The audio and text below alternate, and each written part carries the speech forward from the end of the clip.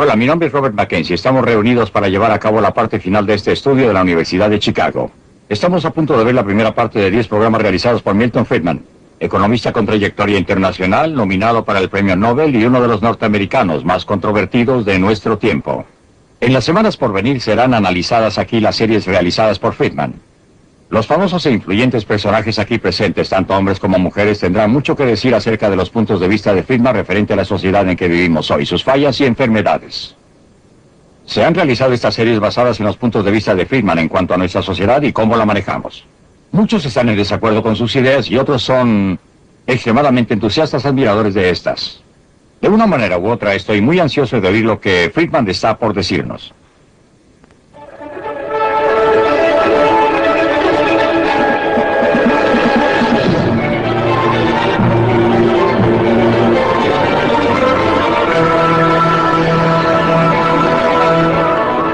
Libre para elegir.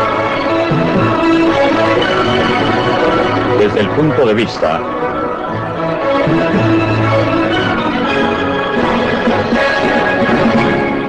de Milton Friedman. Es una mañana preciosa en el área metropolitana de Nueva York. El poder del mercado. Los cielos están asoleados, con un poco de nubosidad sobre el extremo este de Long Island, observándose algo de neblina. Anteriormente esto era un pantano cubierto de bosques. Los indios Canarsie que vivían aquí negociaron las 22 millas cuadradas de la empapada isla de Manhattan con los holandeses por géneros y chucherías por valor de $24. Los recién llegados fundaron una ciudad, Nueva Ámsterdam, al borde de un continente vacío. En los años siguientes se convirtió en un imán para millones de personas de a través del Atlántico. Gente que era impulsada por el miedo y la pobreza, que era atraída por la promesa de libertad y abundancia. Se dispersaron a través del continente y edificaron una nueva nación con su sudor, su esfuerzo y su visión de un futuro mejor.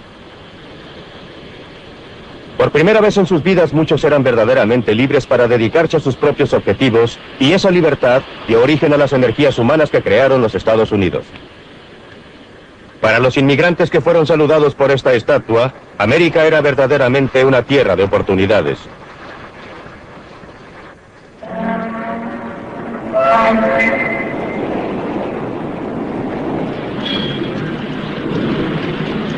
Se lanzaron a tierra con sus mejores ropas, ansiosos y ávidos, cargando sus pocas pertenencias. Eran pobres, pero todos tenían mucha esperanza.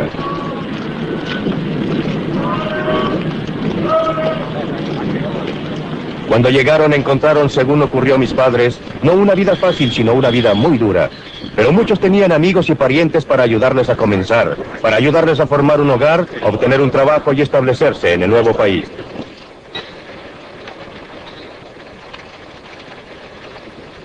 Existían muchas recompensas para el trabajo duro, empuje y capacidad.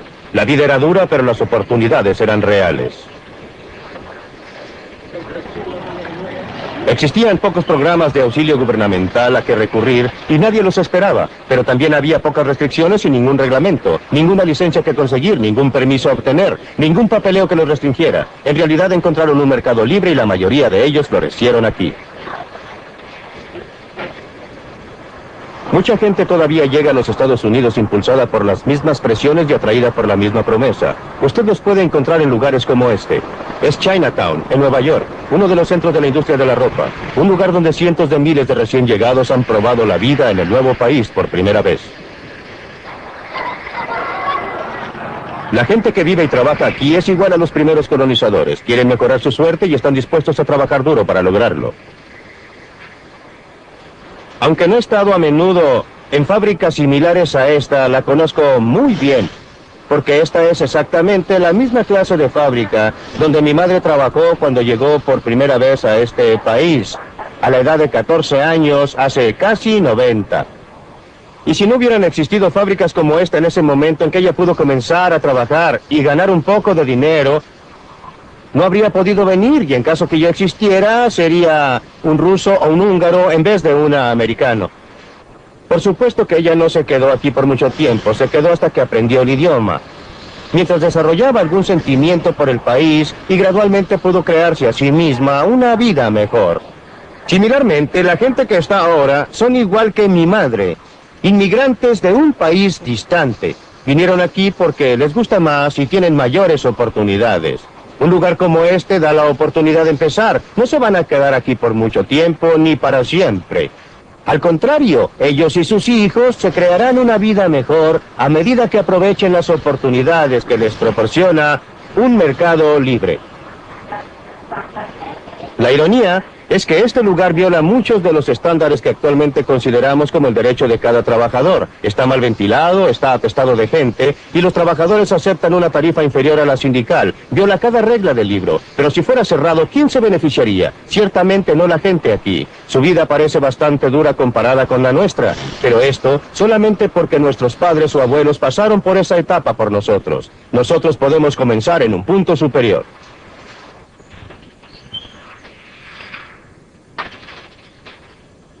El padre de Frank Visali tenía 12 años cuando llegó solo a los Estados Unidos. Llegó de Sicilia. Eso ocurrió hace 53 años. Frank es un dentista exitoso con esposa y familia. Viven en Lexington, Massachusetts.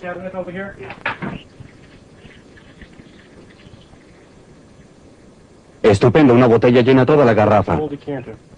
No existe duda en la mente de Frank lo que la libertad combinada con la oportunidad significó para su padre y luego para él, o lo que pensarían sus abuelos si pudieran ver cómo él vive ahora. Ellos no creerían lo que pueden ver. Que una persona puede emigrar de una pequeña isla y tener tanto éxito fuera de su país, ya que ellos estaban principalmente dedicados al campo, trabajando allí como labriegos. Mi padre vino acá, logró algún éxito, y luego trató de construir una estructura familiar. Todo lo que él hizo fue para su familia. Fue para una mejor vida para su familia. Y siempre puedo recordar que me decía lo que usted sabe. Lo principal en la vida es obtener una educación, llegar a ser un profesional. Joanny, por favor, no comas eso con las manos.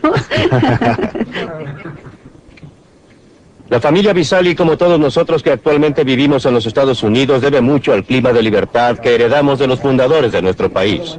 Un clima que concedió amplios límites a los pobres de otros países que vinieron aquí y fueron capaces de crear vidas mejores para ellos y sus niños. ¿Ustedes, niñas, van a querer esto? ¿Tú, Chris? Yo sé que no quieres la crema batida. Pero en los últimos 50 años, hemos estado despilfarrando esa herencia al permitir al gobierno que controle más y más nuestras vidas, en vez de basarnos en nosotros mismos. Debemos redescubrir las viejas verdades que los inmigrantes conocían instintivamente, lo que es la libertad económica y el papel que juega para preservar la libertad personal.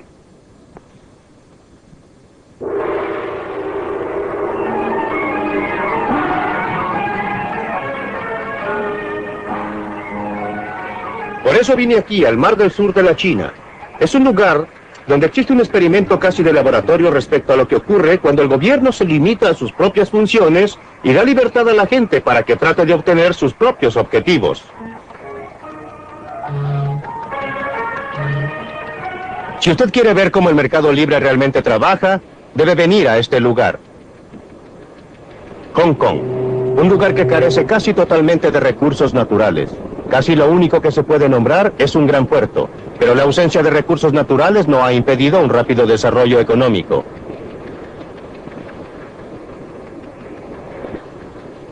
Barcos de todas las naciones vienen aquí a comerciar porque no existen derechos ni aranceles sobre las importaciones o sobre las exportaciones. El poder del mercado libre ha permitido al trabajador pueblo de Hong Kong transformar lo que una vez fue roca estéril en uno de los lugares más florecientes y exitosos de Asia. Aparte de su puerto, el único otro recurso importante de Hong Kong es la gente. Más de 4,5 millones de habitantes. Igual que América hace un siglo, Hong Kong en los últimos decenios ha sido un asilo para gente que buscaba la libertad para aprovechar sus capacidades al máximo.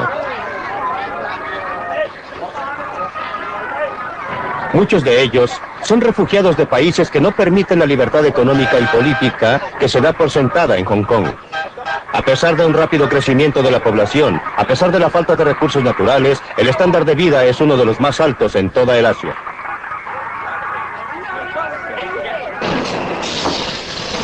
La gente trabaja duro, pero el éxito de Hong Kong no está basado en la explotación de los trabajadores. Los salarios en Hong Kong se han cuadruplicado a partir de la guerra, y esto es después de considerar la inflación. Los trabajadores son libres, libres de trabajar las horas que deseen, libres de cambiarse a otros trabajos si lo desean. El mercado les da esa elección. También determinan lo que fabriquen. Uno puede estar seguro que alguien, en algún lugar, está dispuesto a pagar por esos juguetes baratos de plástico, o de otra forma simplemente no se fabricarían.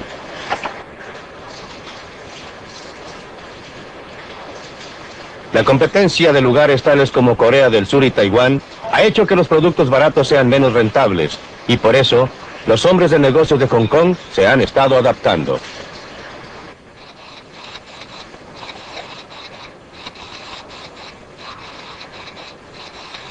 Han estado desarrollando productos más sofisticados y nueva tecnología que sea similar a cualquiera del oeste o del este, y sus empleados han estado desarrollando nuevas habilidades.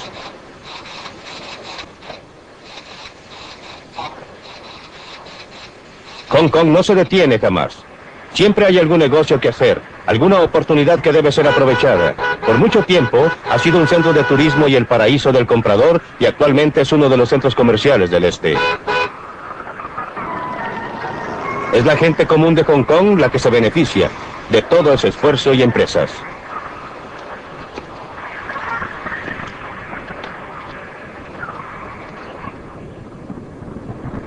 Esta ciudad próspera, bullente, dinámica, ha sido posible por el mercado libre.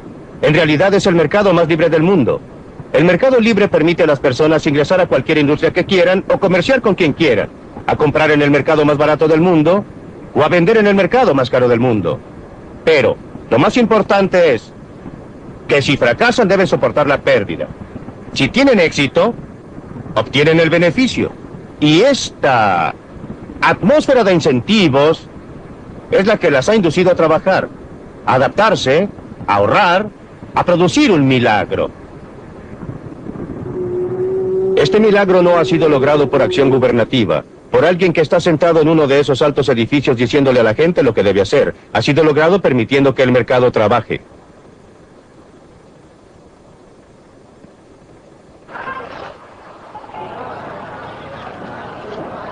Camine por cualquier calle de Hong Kong y verá las fuerzas impersonales del mercado en operación.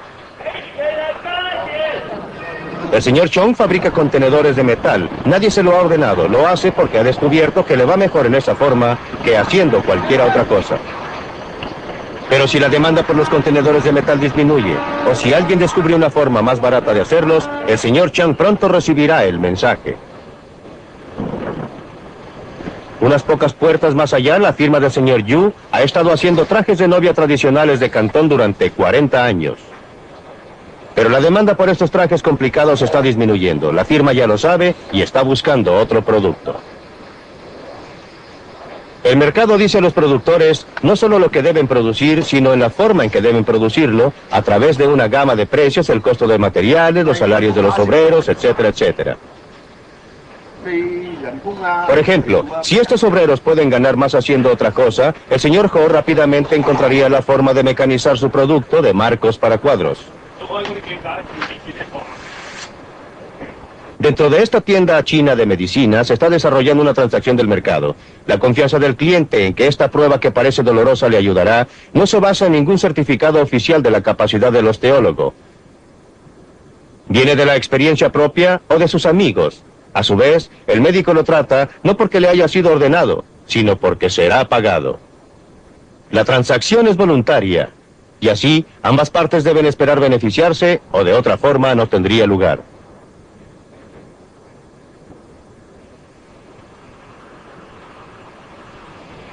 Créalo o no, este patio posterior es la entrada a una fábrica.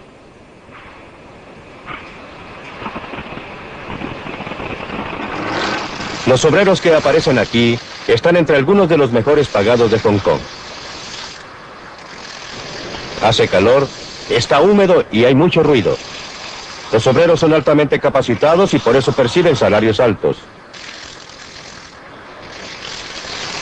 Podrían convencer a su empleador que mejore las condiciones laborales ofreciendo trabajar por menos. pero prefieren aceptarlas, obtener los sueldos altos y gastarlos a su gusto. Esa es su elección. La mejor declaración conocida de los principios de un mercado libre, la clase de mercado libre que opera en Hong Kong, fue escrita al otro lado del mundo.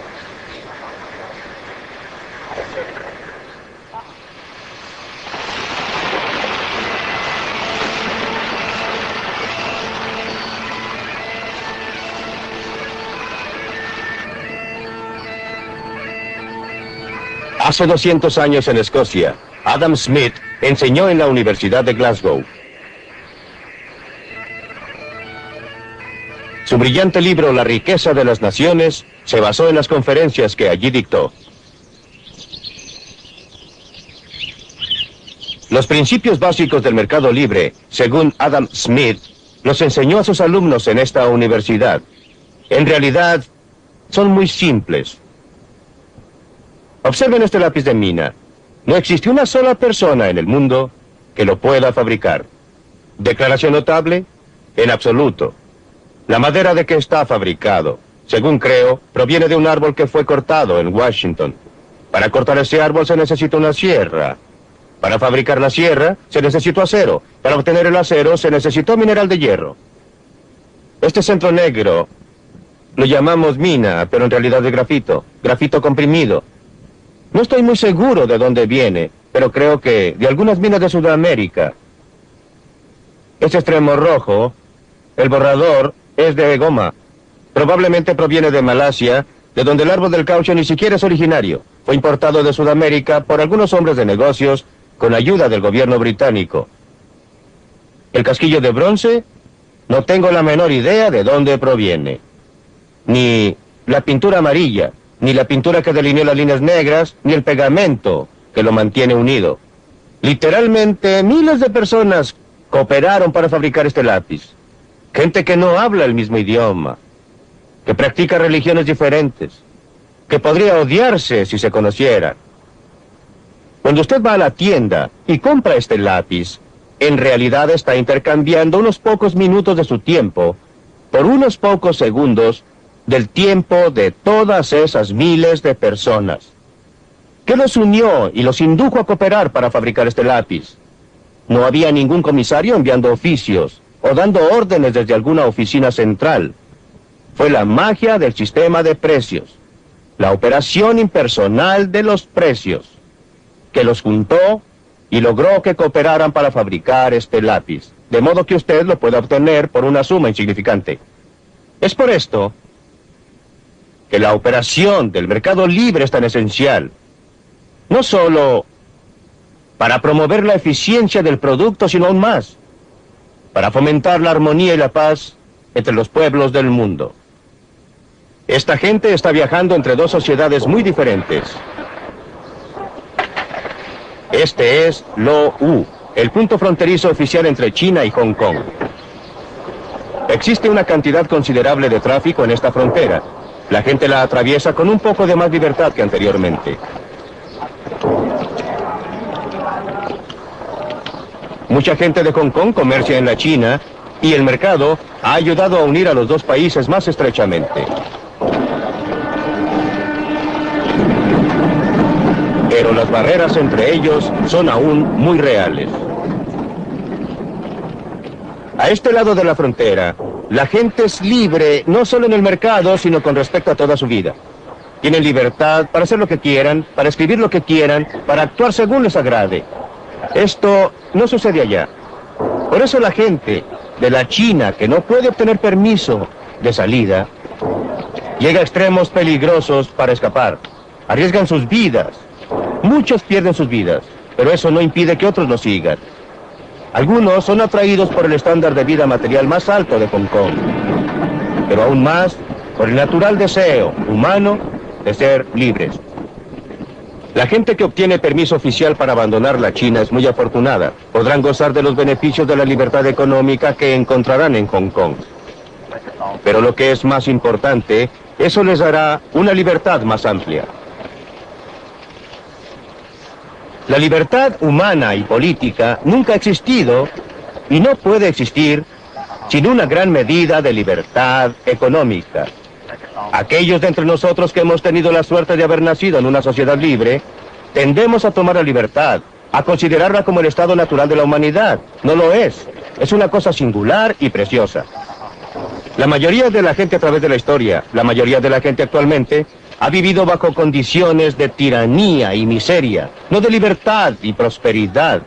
La demostración más clara de lo mucho que la gente aprecia la libertad es la forma en que votan con sus pies, cuando no tienen otra forma de votar.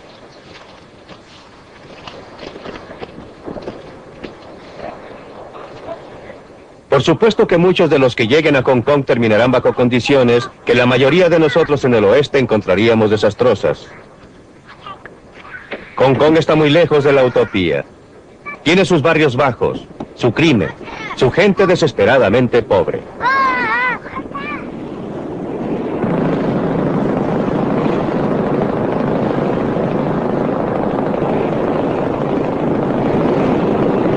Pero la gente es libre.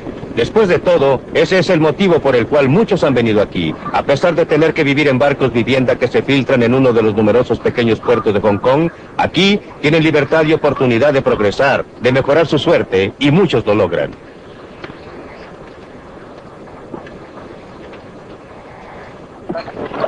Es cierto que existe una pobreza espantosa en Hong Kong, pero la situación de la gente está mejorando. Están mucho mejor ahora que cuando recién llegaron atravesando la frontera con la China.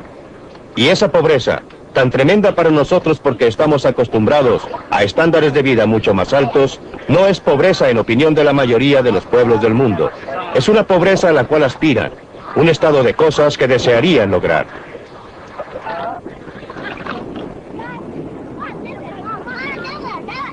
Existe una enorme cantidad de pobreza en todo el mundo. No existe sistema perfecto. No hay ningún sistema que vaya a eliminar completamente la pobreza, en cualquier área. La cuestión es, ¿qué sistema presenta mayores oportunidades? ¿Cuál es la mejor forma en que la gente pobre pueda mejorar sus vidas? Y a ese respecto, la evidencia de la historia habla con una sola voz. No conozco ninguna excepción a la proposición, que dice que mientras más libre sea el sistema, mejor ha estado la gente pobre y común. Pregúntese qué es lo que garantiza a estos obreros del vestuario en Hong Kong un buen sueldo. No a los altos estándares occidentales, pero suficientemente alto para permitirles vivir mucho mejor que la mayoría de los pueblos del mundo. No es el gobierno o los sindicatos quienes lo logran. Estos trabajadores están bien porque existe competencia para sus trabajos y habilidades.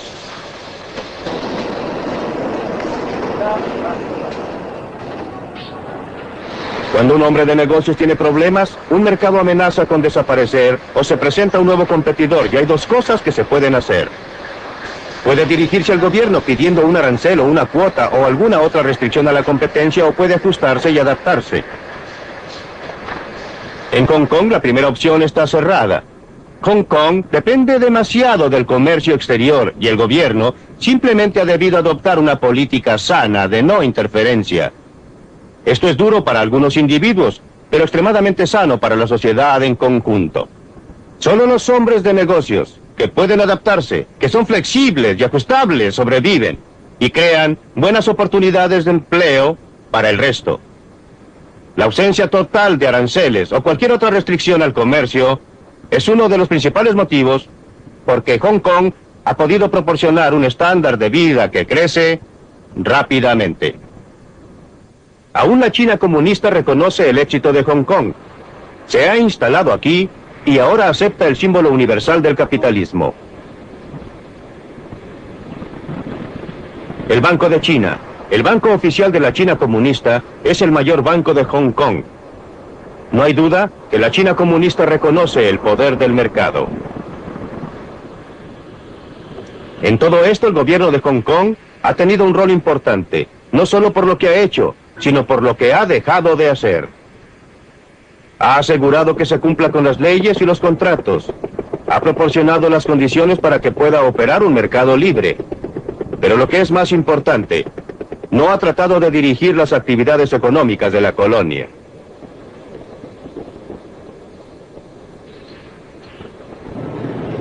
Ningún funcionario gubernamental está diciendo a esta gente lo que debe hacer. Son libres de comprar a quien quieran, a vender a quien quieran, trabajar para quien quieran. A veces parece el caos y así es. Pero por debajo está altamente organizado por las fuerzas impersonales de un mercado libre. ¡Ay, muy buenos huevos frescos!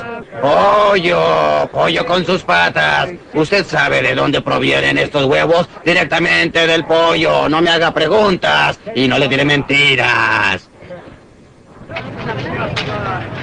Las fuerzas impersonales de una plaza libre operando aquí en los Estados Unidos. La clave son los precios. Los precios que la gente está dispuesta a pagar por los productos determinan lo que se producirá.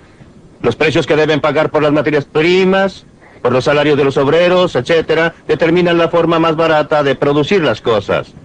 Entre otras, estos mismos precios, los salarios de los obreros, el interés sobre el capital, etcétera, determinan cuánto cada persona gasta en el mercado.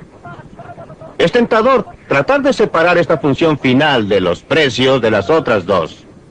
Pensar que en una forma u otra se pueden usar los precios para transmitir la información respecto a lo que debe ser producido y cómo debe ser producido, sin usar estos precios para determinar lo que obtiene cada persona. En realidad, la actividad del gobierno durante los últimos decenios ha estado dedicada casi exclusivamente a esto.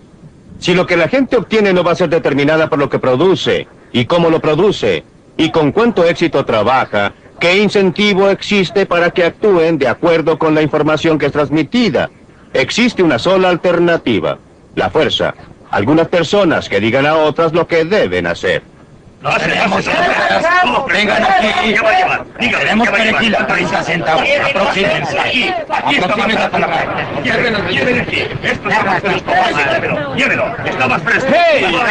¡No cambies por $1.50! ¿Cuánto le voy a dar? Dios, mire lo que tengo. Tomates verdaderamente buenos. Muy ricos. Venga y pruebe uno. Uno de estos tomates. No se arrepentirá. Usted come gratis aquí. Vamos, coma. No le cobramos. Almuerce gratis. Pruebe estos ricos tomates. Pruébelos. Pruebe Ya sé lo que voy a hacer. El principio fundamental de una sociedad libre es la cooperación voluntaria. El mercado económico, comprando y vendiendo, es un ejemplo, pero la cooperación voluntaria es mucho más amplia que esto. He aquí un ejemplo que a primera vista parece lo más lejano posible: el idioma que hablamos. Las palabras que usamos, la estructura compleja de nuestra gramática, ninguna oficina gubernamental la diseñó. Se originó en la interacción voluntaria de gente que quería comunicarse entre sí. O considere algunas de las grandes conquistas científicas de nuestra era, como los descubrimientos de un Einstein o un Newton, los inventos de Thomas Alva Edison o Alexander Graham Bell, o considere aún las grandes actividades caritativas de Florence Nightingale o Andrew Carnegie. Esto no fue efectuado cumpliendo con las órdenes del gobierno. Fueron hechos por individuos que estaban interesados en lo que hacían, desarrollaban sus propios intereses y cooperaban entre sí. Esta clase de cooperación voluntaria está tan asentada en la estructura de nuestra sociedad que tenemos que considerarla natural. Pero el total de nuestra civilización occidental es la consecuencia involuntaria de esta clase de cooperación voluntaria, de gente que coopera entre sí para desarrollar sus propios intereses, pero que al hacerlo edificó una gran sociedad.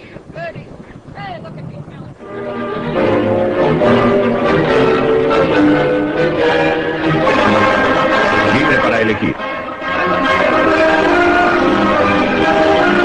En la Biblioteca Hunter de la Universidad de Chicago están nuestros invitados que esperan la oportunidad de mostrarnos sus puntos de vista. Empecemos. Me pareció que estaba diciendo que la edad dorada de América, cuando realmente era una tierra de oportunidades, fue a fines del siglo XIX a comienzos del siglo XX, cuando no existían reglamentos, permisos o papeleo. Yo alegaría que el gobierno tuvo un rol decisivo en una enorme concesión a los ferrocarriles para crear una economía capitalista norteamericana. En segundo lugar, en esa edad dorada descubrirá que el gobierno intervenía constantemente en una forma muy característica, usaba tropas contra los huelguistas. La historia laboral norteamericana ha sido la lucha de clases más violenta y sangrienta del mundo. Y hasta 1932, el gobierno, las leyes, los tribunales, la sociedad, siempre estaban de parte de los negocios contra los trabajadores. Por consiguiente, alegaría que tanto económicamente y en términos de reprimir los intentos de la gente para hacer valer sus derechos, nuestro gobierno antes del aparecimiento del Estado previsor en este país más o menos pertenecía a los negocios. Milton Friedman.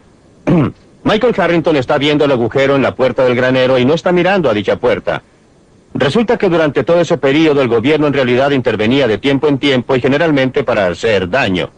Estoy de acuerdo con él que la intervención del gobierno principalmente no era buena en los aranceles, por ejemplo.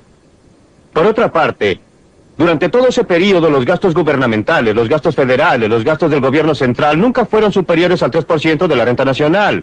Eran triviales. Las concesiones de tierra a los ferrocarriles fueron un factor de menor importancia y yo no los apruebo. No estoy diciendo que fueran buenos, pero eran un factor muy insignificante. Hay que tener un sentido de las proporciones y esto se refiere a toda la discusión. No soy un anarquista. No propicio la eliminación del gobierno. Creo que necesitamos un gobierno, pero un gobierno que establezca un marco y reglas bajo las cuales los individuos, trabajando en pos de sus propios objetivos, puedan trabajar juntos y cooperar entre sí, y trabajen y cooperen, pero no solo en lo económico. Quiero llevarlo a esa teoría de que estábamos mejor, menos regulados a fines del siglo XIX y comienzos del XX porque, recuerde, la analogía del taller donde se imponía un trabajo excesivo proviene de allí cuando no existía ningún intento de restringir las horas de trabajo o regular las condiciones laborales. Pues bien, ¿acepta usted esta visión de ese periodo? Creo que es necesario contrastar lo que ha ocurrido en el intertanto. No veo cómo podamos hablar de eso sin compararlo con el periodo de interinato. Usted habló respecto al hecho de que durante los últimos 50 años hemos dilapidado parte de nuestra herencia de libertad. Y creo que durante los últimos 50 años hemos conseguido una mayor libertad. Casi durante la mitad de ese tiempo trabajé para una de las compañías industriales mayores del mundo, la DuPont Company. Así pude involucrarme en el lanzamiento de nuevas empresas y llegué a conocer bien al sistema de libre empresa, al cual respeto mucho. Pero durante ese periodo, y especialmente durante los últimos años en que he estado más involucrado con el gobierno y asuntos ambientales, me he convencido de que nuestra libertad mejoró cuando se permitió que la gente pudiera actuar libremente en el mercado. Libertad para votar con sus dólares en el mercado, libertad para votar con sus boletas en el lugar de la votación, y libertad para imponer algunas restricciones a los excesos del mercado, especialmente cuando uno está preocupado de cosas tales como el impacto a largo plazo sobre nuestra salud de la contaminación de nuestro medio ambiente, la introducción de materiales carcinógenos o la radiación de nuestra gente con productos nucleares. ¿Qué hay respecto a poner restricciones a los excesos del gobierno? ¿No se ha convertido eso en un problema cada vez más serio? ¿Cómo puede ser que un gobierno del pueblo supuestamente haga cosas que una fracción muy grande de la población en realidad prefiere que no se hagan, tales como cobrarles impuestos excesivos, regirlos demasiado y sobreregularlos? Creo que nuevamente usted está mirando a un lado y no al otro, aunque estoy de acuerdo en ver lo que sucedió en el intertanto. ¿Estamos mejor que hace 50 años? Jamás lo negaría. Pero estamos parados sobre los hombros de la gente que vivió antes de nosotros y debemos observar lo mucho que lograron desde su punto de partida. Ese fue el periodo en que tuvimos el tremendo influjo de inmigrantes del exterior, millones y millones y millones de ellos, cuando abrimos un nuevo continente, cuando teníamos logros. Milton, usted dice, sin embargo, que existe algún sentido en que preferiría volver a esas circunstancias donde no existía ninguna regulación del trabajo de la fábrica, ningún horario, ninguna limitación de horas trabajadas. ¿Quiere volver a eso o dice que era un escalón de donde estamos ahora? Depende de lo que usted entienda por circunstancias. No quiero tener que volver a usar un coche de caballos en vez de un automóvil. Pero prefiero volver a las clases de reglamentos gubernamentales o a la ausencia de reglamentos. El mayor grado de libertad que se concedía a los individuos para desarrollar una u otra actividad que existía entonces en vez de lo que existe ahora. Creo que en realidad nuestros jefes industriales han sido arrastrados hacia el futuro gritando. Resistieron las leyes sobre el trabajo infantil, resistieron la previsión social, los sindicatos y ahora el movimiento ambiental. Una vez que el gobierno los forzó a prestarle atención por la votación de la gente en la cabina o lugar de votación, entonces los jefes industriales, los jefes comerciales, prestaron atención a estas reglas y en la mayoría de los casos las han cumplido muy bien. Perdone. Bob Galvin, díganos, ¿es justa esa declaración? Quizás los industriales tienen una visión más clara de la historia y sus expectativas. El bien más precioso que poseemos es la libertad. La manera más fácil de perder la libertad es caer bajo administración judicial. Y quiero decir administración económica, porque un síndico es un dictador. Y hasta el punto que usamos los costos y gravámenes del gobierno que nos llevan en la dirección de nuevas deudas, administración judicial final y luego las consecuencias políticas de la imposición del dictador político sobre la economía y el trabajo y los derechos de la vida del individuo. Quizás los industriales pueden ver más lejos respecto a las consecuencias de todo esto. Harrington, creo dos cosas. Una, considerar la libertad positivamente. Creo que la gente mayor de 65 años en los Estados Unidos son más libres hoy día debido al servicio de asistencia médico-social. Y no creo que la libertad para morirse por falta de medicina era algo muy bueno. En segundo lugar, con relación a los industriales, creo que una de las cosas más sorprendentes de la historia norteamericana es que cuando Franklin Roosevelt estaba salvando al sistema de sí mismo, los beneficiarios principales lo insultaban por ser un traidor a su clase. En realidad fue la salvación de esa clase. Y creo por consiguiente que si ustedes observan nuestra historia encontrarán una tremenda miopía de parte de los industriales y descubrirán que los aumentos positivos en nuestra libertad, lo que es bastante interesante, no han venido de nuestros graduados de las universidades, sino a menudo de la gente, no de la mejor gente. Han venido de los trabajadores, han venido de gente pobre, de los negros, hispanos y similares. Milton, quiere usted replicar, pero ¿por qué nos llevó a Hong Kong a probar algo? Por supuesto, aunque no estoy acostumbrado a estar de acuerdo con Michael Harrington, estoy de acuerdo en parte con lo que acaba de decir. No creo que sea correcto plantear la situación en términos de industria versus gobierno. Por el contrario, uno de los motivos por que estoy a favor de menos gobierno es porque cuando hay más, los industriales se hacen cargo de él, y los dos juntos forman una coalición contra el trabajador común y el consumidor común. Creo que el comercio es una institución maravillosa siempre que tenga que enfrentarse a competencia en el mercado y no pueda salirse con la suya excepto al producir un mejor producto a un costo menor. Por eso no quiero que el gobierno intervenga y ayude a la comunidad de negocios. Ahora quiero considerar su pregunta respecto a atención médica. Mucha gente se ha beneficiado con atención médica, pero usted no está considerando el aspecto costos. ¿Qué ha sucedido a la gente que lo está pagando? Porque no es un bien gratis, no viene de la nada.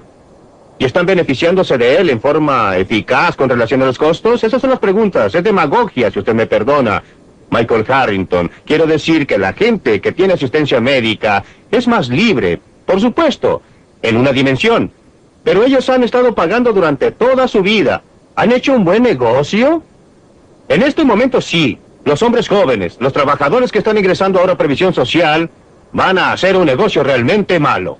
Milton, lo interesante es que la gente mayor de 65 años está pagando más de su renta gastable en cuidado médico que antes de la promulgación del sistema de asistencia médica social. El gobierno no hace bien las cosas. No hace bien las cosas, sí. No ha hecho bien las cosas en Gran Bretaña, en Canadá o en los Estados Unidos.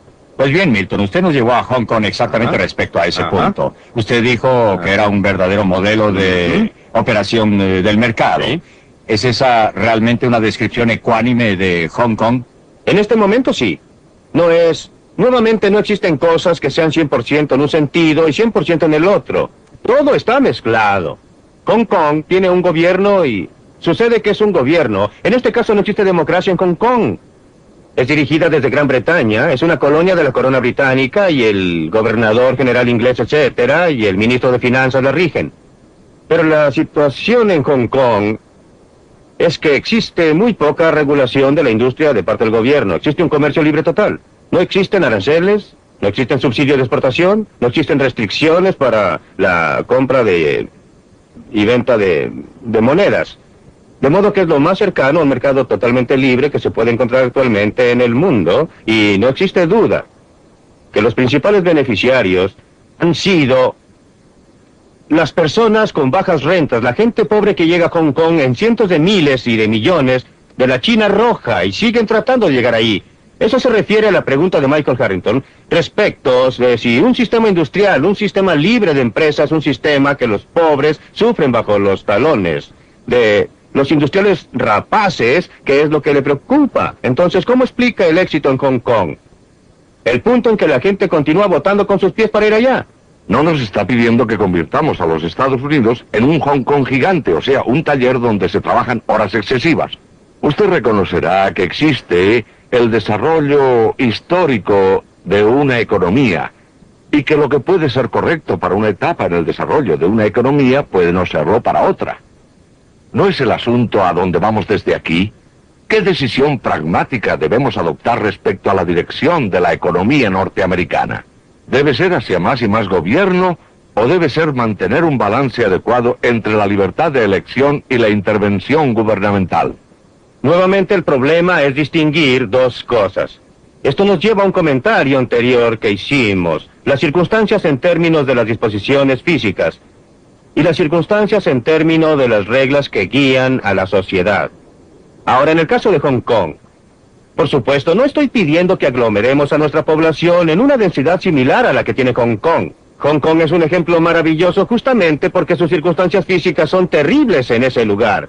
A la gente de Hong Kong le encantaría irse a otro lugar con aglomeraciones menores y otra gente los dejara entrar. Este es el problema de la inmigración, que es una restricción muy importante sobre la libertad humana. En el periodo anterior a 1913, teníamos libertad de inmigración en un 100% en los Estados Unidos. No existe ahora, pero volvamos a su pregunta. ¿Usted cree que Hong Kong existiría si no estuviera contigua a la China comunista? Hong Kong existiría. Es muy dudoso que tendría las políticas que tiene ahora si no estuviera contigua a la China comunista. Pues bien, para contestar a su pregunta directamente, sí. Estoy a favor de que los Estados Unidos tengan, no las circunstancias físicas, pero las políticas que ha tenido Hong Kong de cero aranceles, comercio totalmente libre, ninguna restricción en las exportaciones, ninguna restricción en las transacciones monetarias. Un grado mucho mayor, un grado mucho menor de regulación gubernamental. Yo estoy de acuerdo con lo que Russell Peterson dijo antes, que existen efectos de terceros. Hay cosas tales como la contaminación. La cuestión es si las estamos manejando y no lo creo. Quiero que Bob participe en esto. Bob, respecto al comienzo de la agenda de Milton, ningún arancel, por ejemplo, ninguna restricción, ninguna cuota. Ahora bien, los grandes negocios, ¿aceptarán esa clase de política? Creo que las grandes empresas y todas las empresas podrían aplicar esa clase de política si encontramos el factor apropiado de equilibrio. Pues en el resto del comercio mundial, cuando negociamos fuera de nuestras fronteras y a medida que otros llegan, debemos comerciar con instituciones socializadas. Esa es una clase de institución muy diferente a la institución privada. La institución privada obviamente puede operar más eficientemente si no se le impone un precio artificial de la institución socializada allende los mares. Por eso creo que debe existir no el proteccionismo, sino que debe haber una regla internacional básica que impida a la institución socializada subsidiar y aprovecharse de la institución privada. ¿Incluye usted a los 9 países del mercado común, sin embargo, como países socialistas, o está dispuesto a tener competencia de los 9 países del mercado común? Los 9 países del mercado común europeo se dedican a la más dramática de las instituciones socializadas. No estoy de acuerdo con él. Nos estamos dañando al restringir el comercio exterior. Otros países se están dañando a sí mismos y a nosotros por las medidas que usted describe. Pero solo los estamos dañando más si los imitamos. No creo, Dr. Friedman, que su madre obtendría un trabajo de costura hoy en América si no existiera ningún arancel. Lo que ocurriría es que no habría ningún trabajo de costura en América y haríamos computadoras. Pero existirían otra clase de trabajo si yo obtendría trabajo como una empleada a nivel bajo en una fabricación de computadoras. Sí, aunque usted enfrenta el problema que tanto un hombre de negocios muy importante y un diputado conservador muy importante no aceptan su receta de barrer con... Pero por supuesto, los dos enemigos mayores, yo diría, los enemigos mayores de la libre empresa y la libertad en el mundo, han sido por una parte los industriales y por la otra la mayoría de mis colegas académicos que terminan en el gobierno. Por razones opuestas, personas como Michael Harrington y mis colegas académicos quieren tener libertad. Quieren libertad de expresión, de escribir, para publicar e investigar, pero no quieren libertad para ninguno de estos terribles hombres de negocios. Pero los hombres de negocios son muy diferentes. Cada hombre de negocios quiere libertad para otra persona.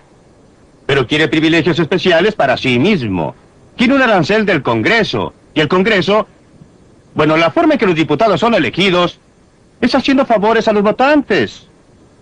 Y si en realidad usted eliminara totalmente los aranceles, si redujera los controles gubernamentales en este país a los que son actualmente, no creo que beneficiarían a nadie. Bueno, entonces... A un Barber Conable, por quien tengo muchísimo respeto, o Bob Galvin, a quien respeto, creo que al que beneficiaría sería Michael Carrington. Bien, preguntemos lo que quiere y usará el pueblo americano, porque usted está diciendo en realidad que el diputado está dando al pueblo lo que éste quiere. Ahora bien, ¿no está diciendo usted que la gente no quiere esto o no comprende su ventaja? Estoy diciendo que mi función y propósito total es tratar de persuadir a la gente que haga que una cosa diferente sea políticamente exitosa. Estoy tratando de persuadir a la gente que deje muy claro que los diputados que continúen con estas políticas van a perder sus puestos. Y si lo hacemos, los diputados no estarán buscando su propio beneficio. Están en un mercado, existe un mercado político. Ellos tienen un producto que vender y tienen que gustarle a sus clientes. Y estoy usando justamente la clase de propaganda que Bob Galvin y otras compañías el utilizan. gobernador Peterson. ¿Cómo enfrentaría usted ese problema, doctor sí, Friedman? sí. La gente decidió que quería aire fresco. Lo necesitábamos. Y así construimos la industria del aire acondicionado. Cientos de miles de puestos, enormes ganancias, y casi todos nosotros tenemos actualmente hogares, autos y oficinas con aire acondicionado. Luego la gente decidió que quería aire limpio, pero no podía comprarlo en el mercado. Y entonces votaron en los lugares de votación. Obtuvieron que sus representantes elegidos fueran al Congreso y dijeran, vamos a tener aire limpio. Pues bien, de la noche a la mañana, se creó un nuevo mercado y el sistema de libre empresa respondió a eso. Y actualmente existe una gran industria ambiental que obtiene ganancias y proporciona empleos. Pero también sirve esta necesidad pública de tener la libertad de respirar aire limpio.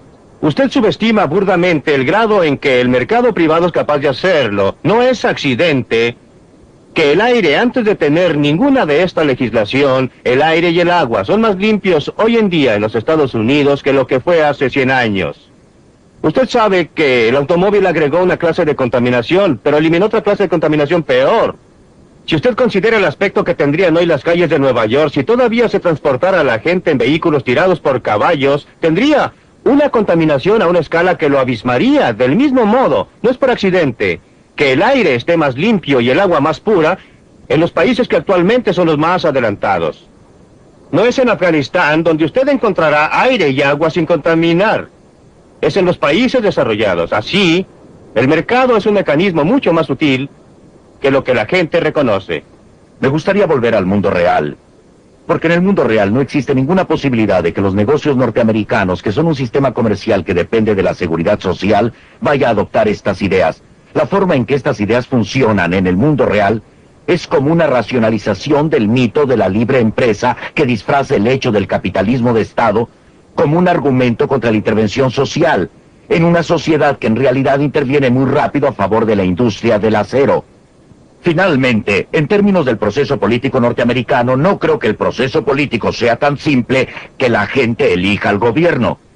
El hecho es que cuando un Jimmy Carter es elegido presidente con una plataforma relativamente liberal, tiene que ganarse la confianza de los hombres de negocios, debido al control del proceso de inversión de parte del poder corporativo. Y creo que ese hecho, el poder corporativo, racionalizado por los mitos de la libre empresa, es el problema central de la libertad de nuestra época, y eso es lo que debe ser atacado. Antes de volver a Milton... No, tengo que comentar sobre esto porque no creo que podamos permitir que las palabras obstruyan lo que realmente es el caso. Creo que usted cree que no tenemos socialismo. Yo le diría que el 46% de cada corporación de este país pertenece al gobierno de los Estados Unidos.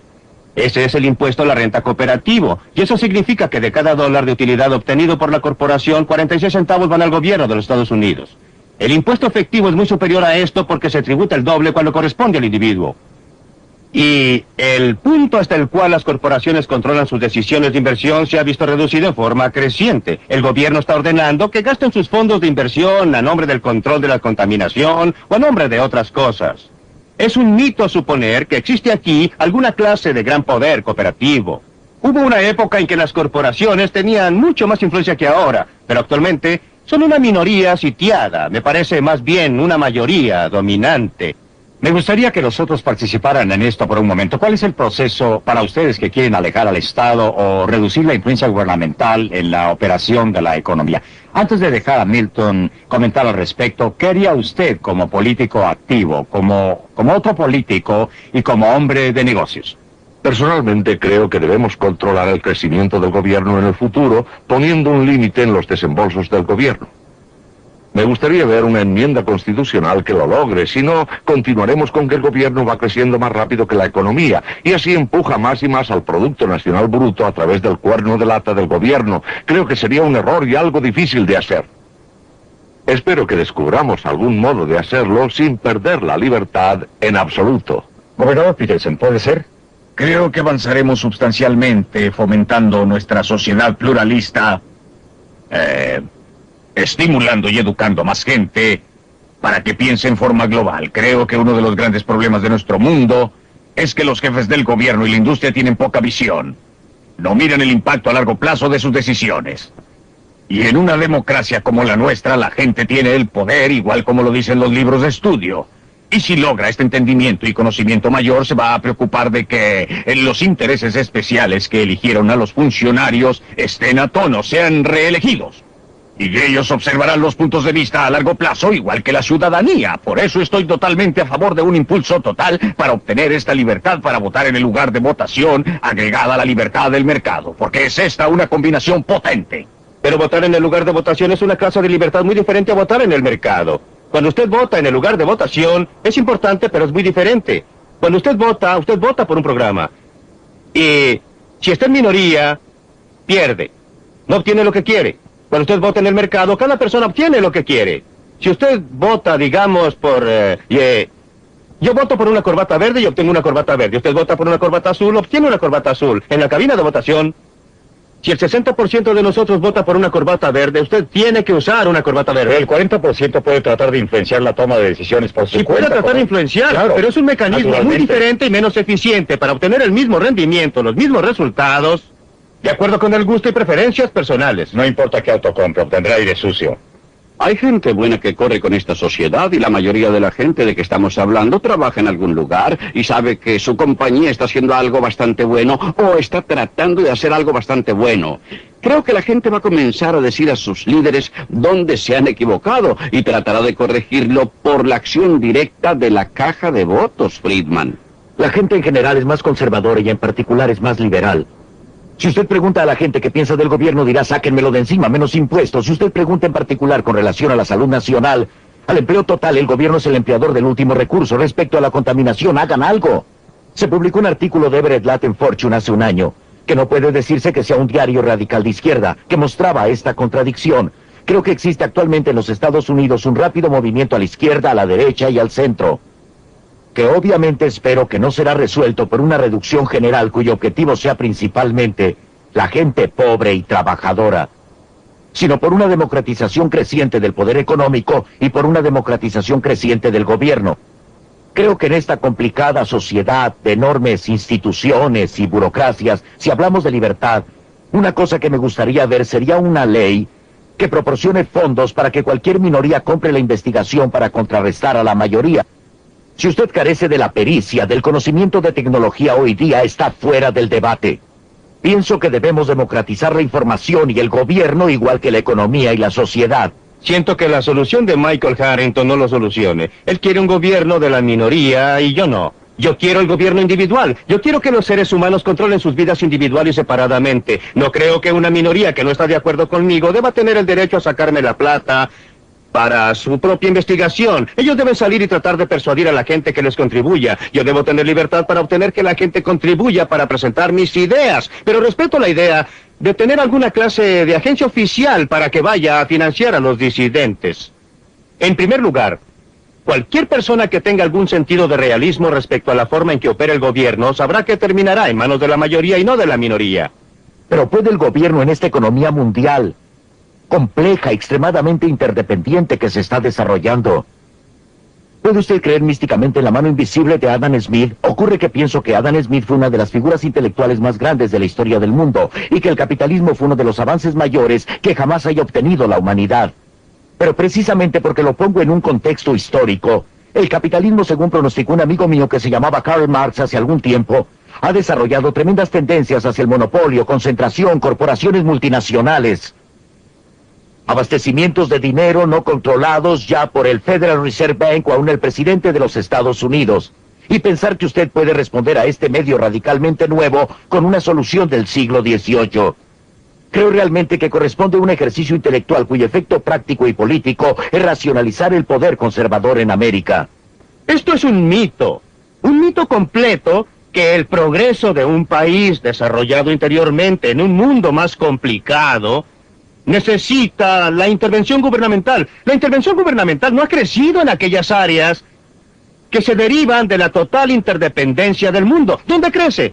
Al tomar el dinero de algunas personas y darlo a otras. Doctor Friedman, todo lo que tengo que decir es que el gobierno tiene que vivir en el siglo XX. Por supuesto. Mucho menos que en el XIX o en el XVIII. Sí, pero nuevamente... Y tomar a la sociedad como es hoy en día. En realidad lo hacemos. Y entonces construir sobre eso.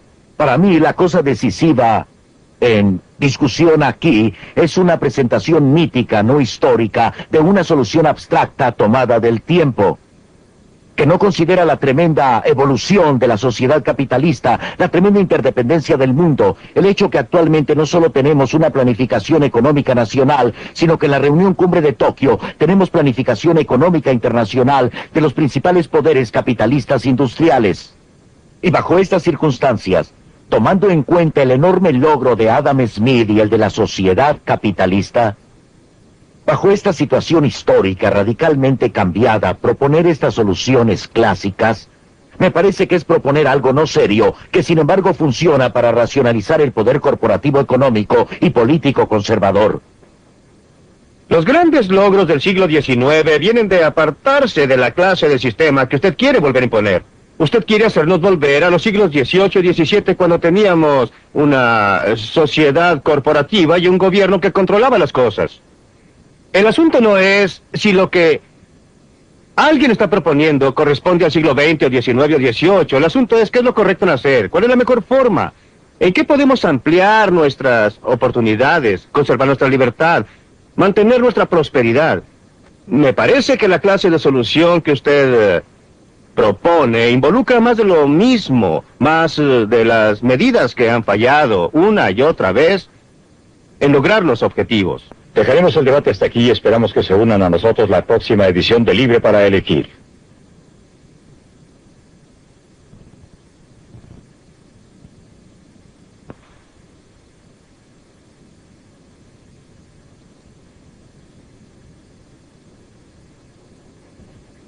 Cuando el gobierno trata de controlar la economía, ¿qué es lo que no funciona? Milton Friedman observa estos problemas en compañía de gobernadores en ejercicio en Inglaterra, India y los Estados Unidos.